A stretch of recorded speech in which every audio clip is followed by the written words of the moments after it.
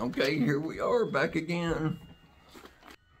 Okay, so last week when I ended, I was saying that I was going to try to link the UFOs and the spiritual part together. And I kind of did that a little bit, but it was a weak attempt. And this probably will be too. Anyway, the part about consciousness being fundamental, in other words, consciousness is the beginning, and then everything else is built onto that. And space-time comes out of consciousness. In other words, space-time is a thought that brings physical stuff into being. And I know that sounds absolutely ridiculous, but quantum physics is absolutely ridiculous. And I think it was Richard Feynman that said, you're just going to have to live with the craziness of nature, because that's the way it is. Those aren't his words. That was the general message. Speaking of general messages, I think in big general terms. I don't try to get all the little specifics, all the tiny facts. I just want to paint a big picture. And if I do try to get all the little facts and names and all the details, I'll lose the big picture. And I think that's part of the problem with science today, is everybody is specialized in this tiny stovepipe of information, and they're not aware of what else everybody else is doing. So I've always kind of been like that, where I look at the big picture and ignore a lot of the details. I take the details in, but I just don't commit them to memory. So I think I will at some point make a list of all the little details and put those out. But for now, I'm just trying to paint an overall picture.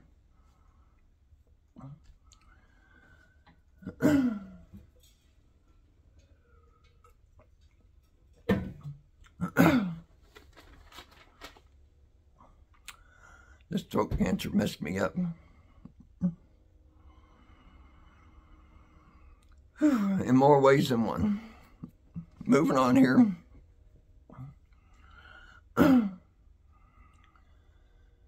Some of the points I tried to make last week about connecting consciousness to being fundamental were just, ineffective. But the main thing is, once you go on that path, everything comes into focus. The picture looks a lot better, and you can think of these things like, well, even reincarnation. There's been a lot of studies on it, and by golly, there's a lot of evidence to it. So it's hard to explain, except for when consciousness is the fundamental thing and everything is coming out of consciousness.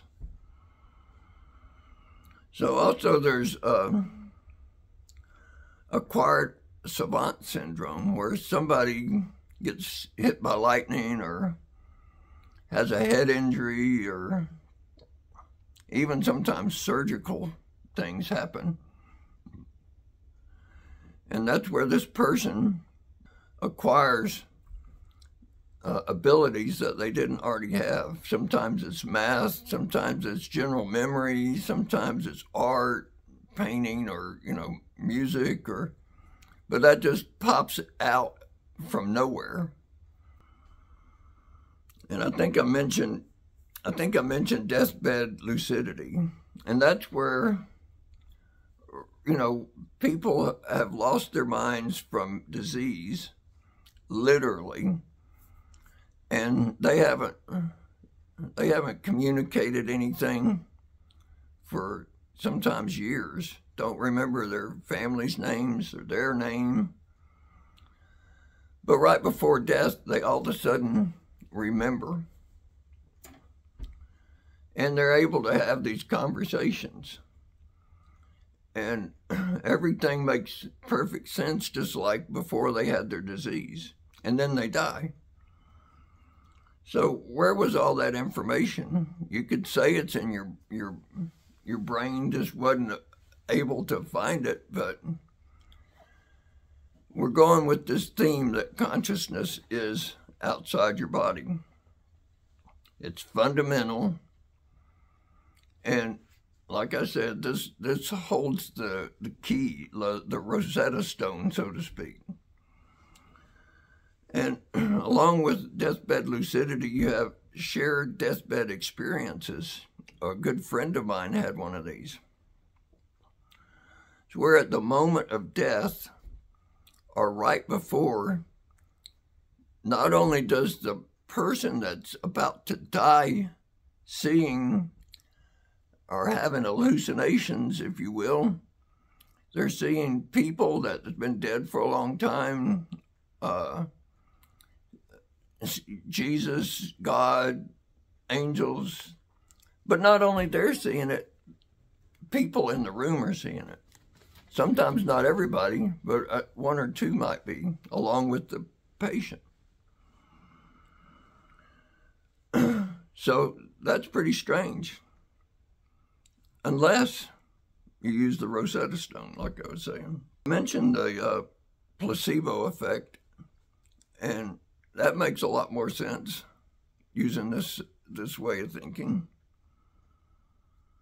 There's a guy, Mark Levine. He is doing this really cool research. He's trying to get people to regenerate limbs and organs and things like that. His experiments are just mind-blowing stuff.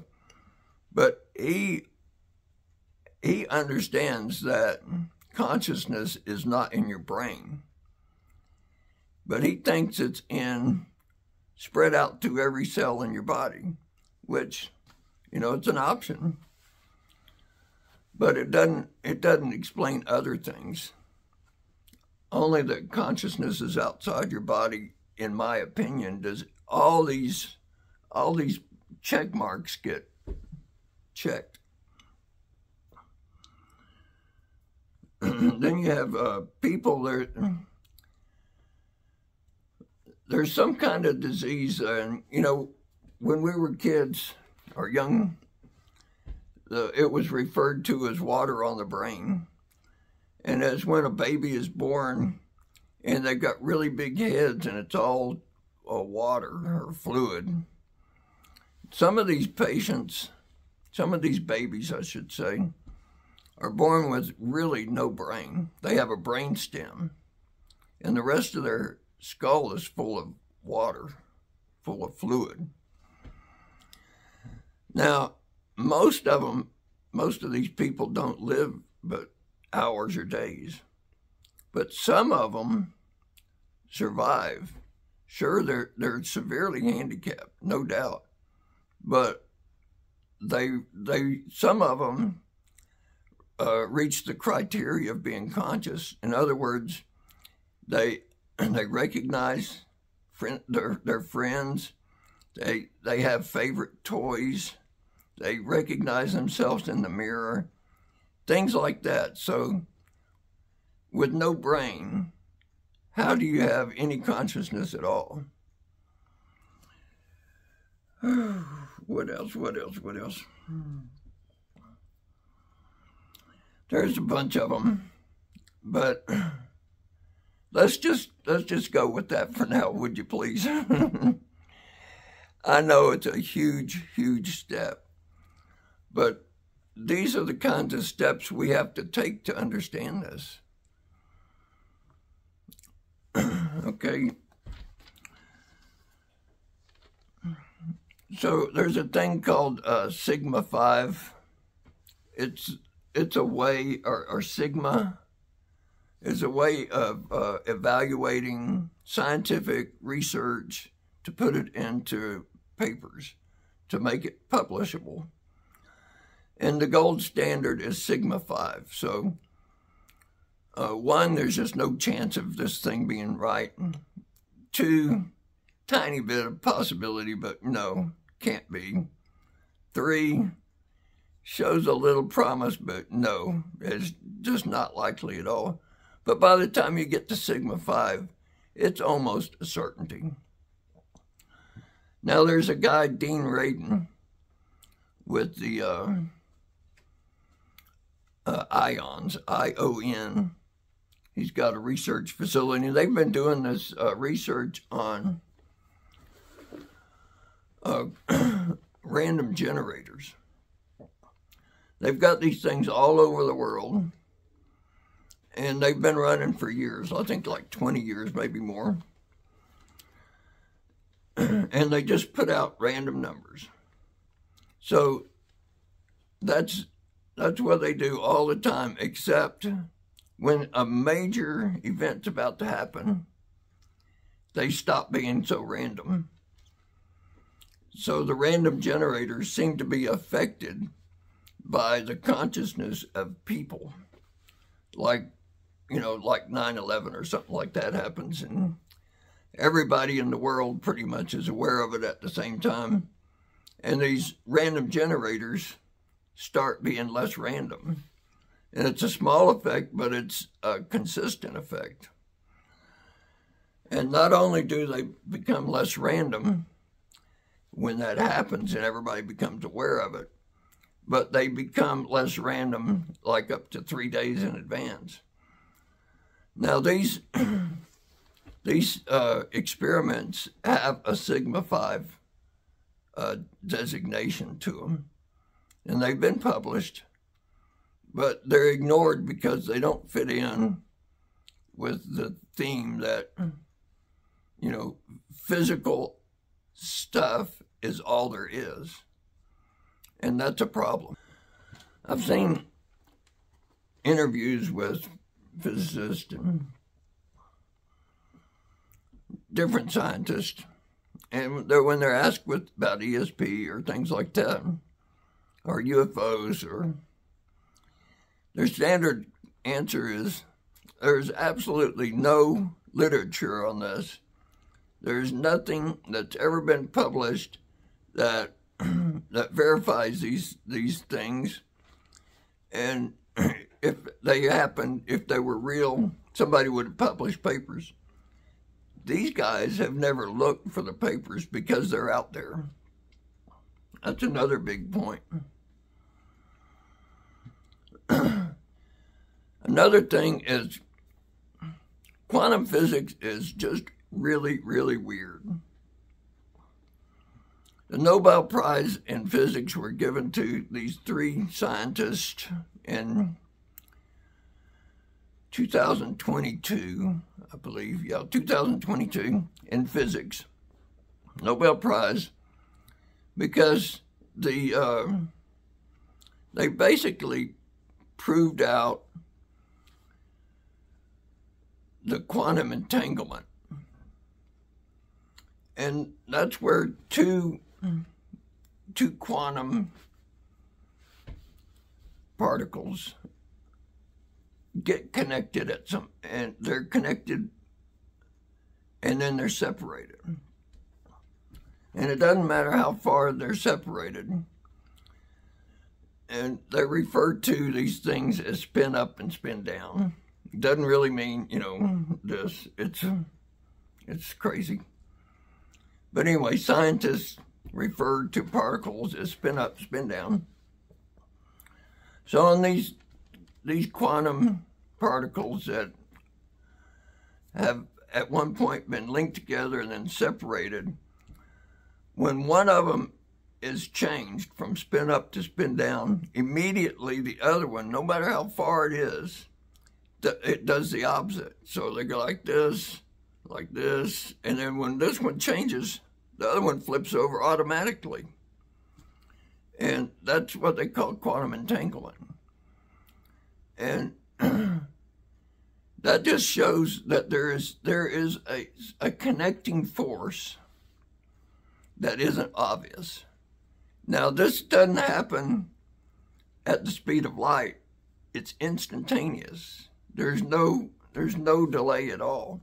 Somehow, there's something that communicates from one to the other, instantaneous, over vast differences or distances. Or they could be close together, it doesn't matter.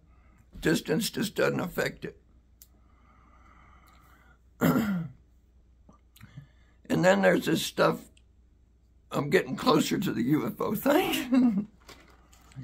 In quantum physics, light is a wave of probability, and it's an object, a photon. And it happens that if a measurement is taken of this wave of magnetic energy, at the exact time the measurement is made, the wave becomes a particle. And, like I said, there's a lot of debate on what is the measurement device, It doesn't have to be a person looking at it. But it seems to me that eventually it has to get to the person, or you wouldn't be able to see it, like Schrodinger's cat. Anyway, I'm saying that quantum physics has an explanation, but we just haven't been looking at it.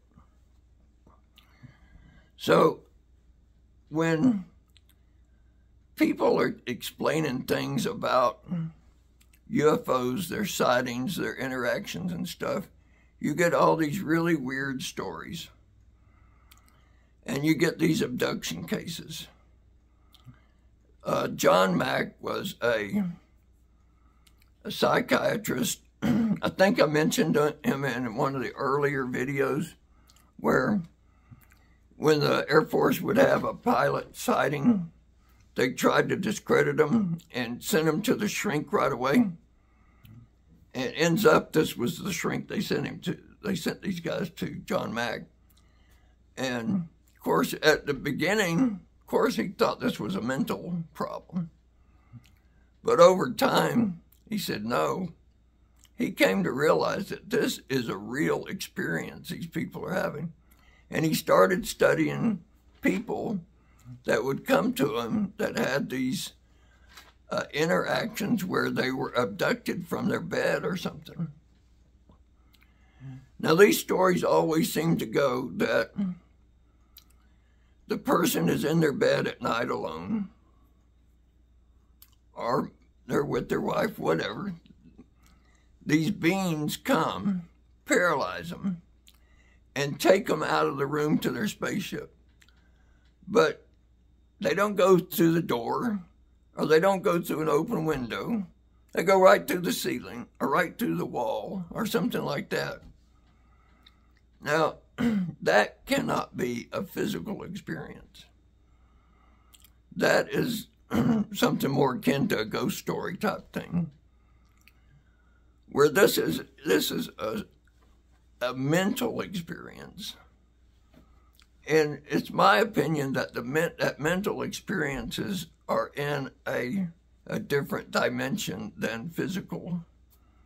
In other words, when you're having these, let's say a dream, you're not in a physical place. You're in a place made by your mind, and I'm pointing at my head, but your mind,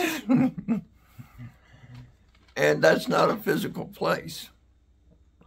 Dreams are fascinating. There's a lot of stuff to be said with them. But what I'm getting at is, this is not a physical experience that any of these people explain. There's very seldom, I have to take that back, because very seldom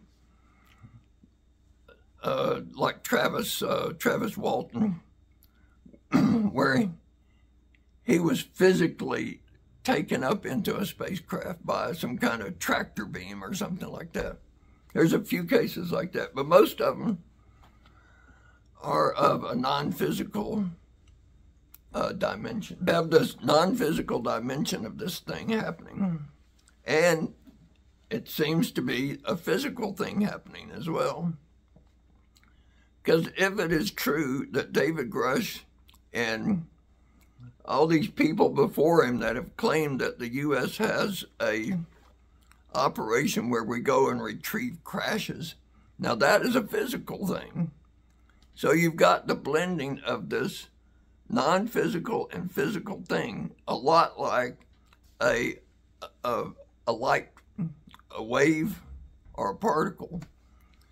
The wave, I don't believe that is a physical thing. I think that is a property of a mental dimension. So in that way, you can see that this UFO thing is both physical and mental, or physical and spiritual. I cannot separate consciousness from the spiritual world. That just doesn't happen with me. I know that most people will separate those things, but for me, and in this explanation, they're the same thing. When you're into a purely conscious state, like when you're in an altered state in hypnosis or in meditation, a deep meditation, or prayer, or any of these things where, even a daydream, where your mind is projecting your consciousness into a different realm. Now, everything is woo-woo, basically, when you start to look at this, and it's easily dismissed unless you understand the very first Rosetta Stone, that consciousness is outside your body. Once you have determined that for yourself, everything else, starts to make a lot of sense, and it's hard to find real woo-woo because anything can be possible. Okay, so I've gone on this long rant about consciousness and two states of things, physical and non-physical. And I've tried to link those to a UFO, how that can be the same as a quantum event.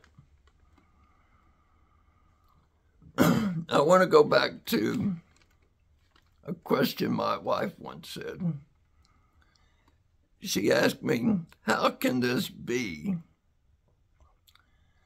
so difficult for people to understand that the government wouldn't tell anybody?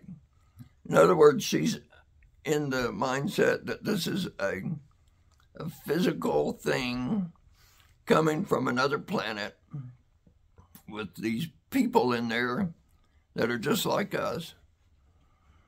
And of course, people could comprehend that. If the government was hiding that, there wouldn't be any issue to why they wouldn't release that. In fact, I think if that was the case and they knew that, it would have come out right away. But no, that's not what happened. And I think it's because it's of this spiritual nature. Spiritual and physical. And of course, back in the 40s, when this was really starting to take grips on the government, there wasn't that many people that looked at quantum physics as a real viable science.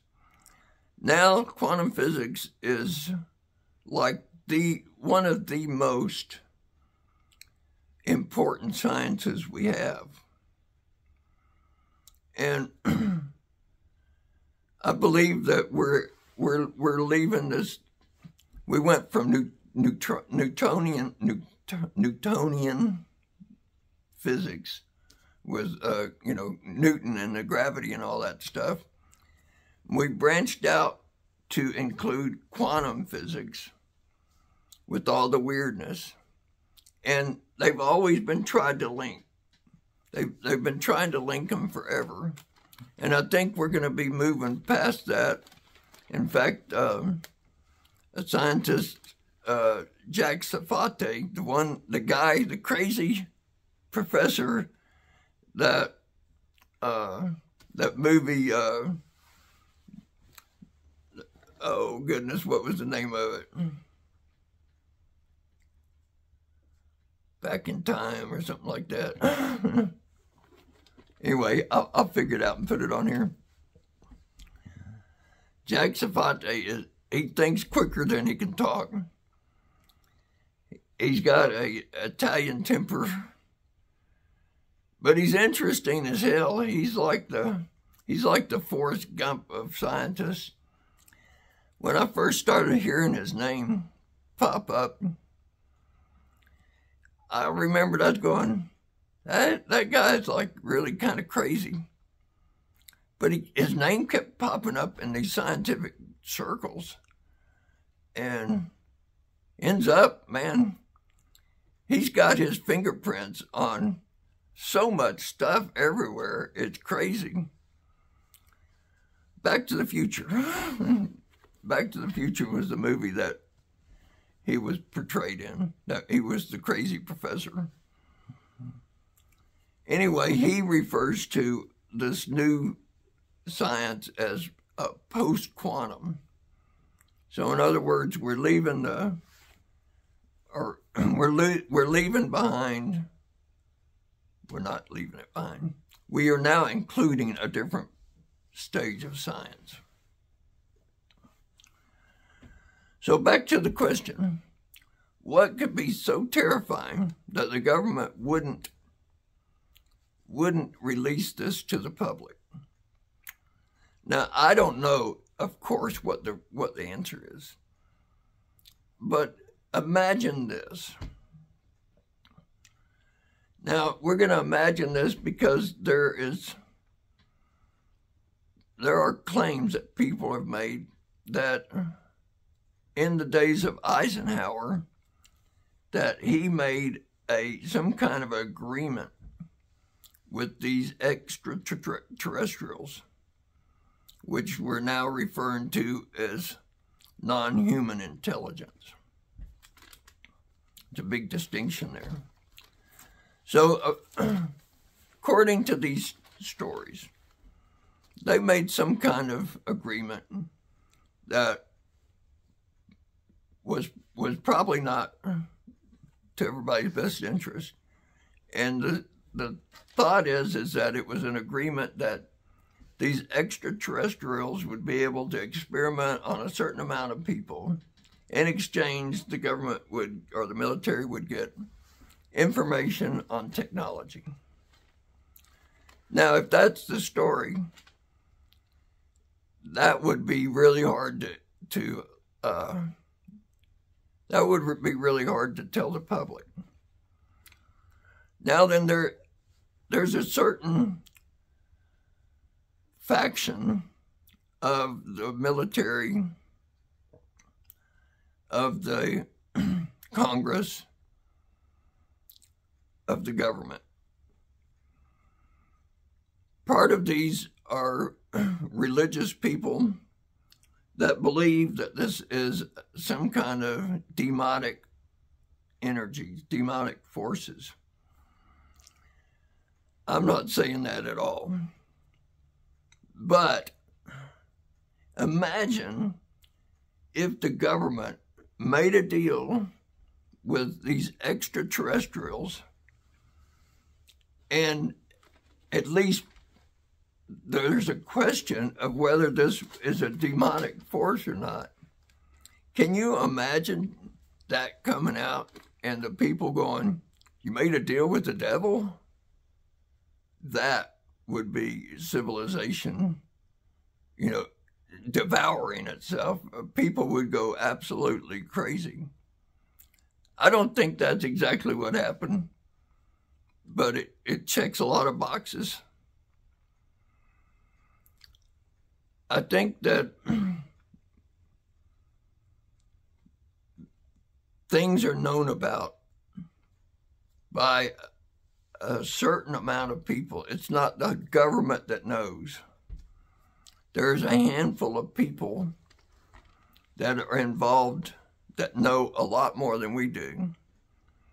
I don't think the answers that they have are complete,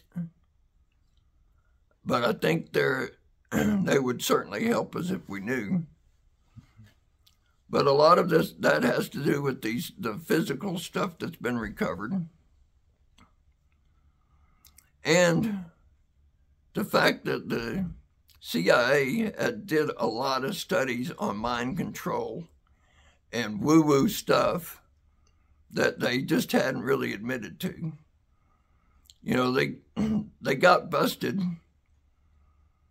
I can't remember the name of the operation, but they got busted back in the 60s or 70s doing this mind control stuff when one of the experimental peoples that was given LSD and stuff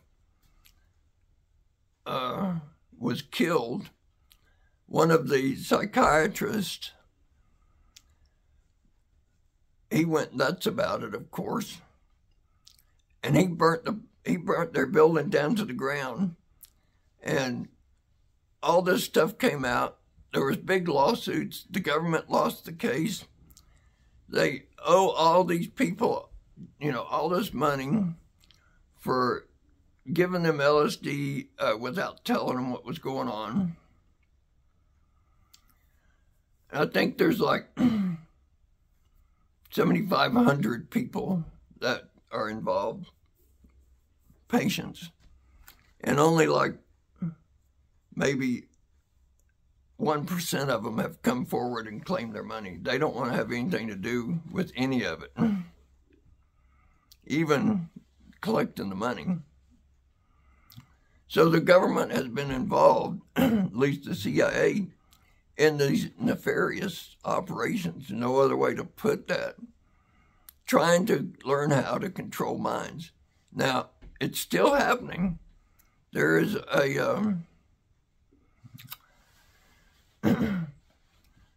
I watched a video, this psychiatrist giving the Navy moral direction in how to use these new technologies that are coming out. A lot of these had to do with mind control. I'll get a link and put that in here. That is something you guys should watch. It's freaky. Okay, so I'm gonna cut that off for right now. This is a lot to think about. So, I'll see you guys next week. There's a whole lot more to this story. Let's get freaky with it. Okay, I know this was mind-blowing crap. Most everybody's gonna go, this is absolutely ridiculous, the guy's crazy.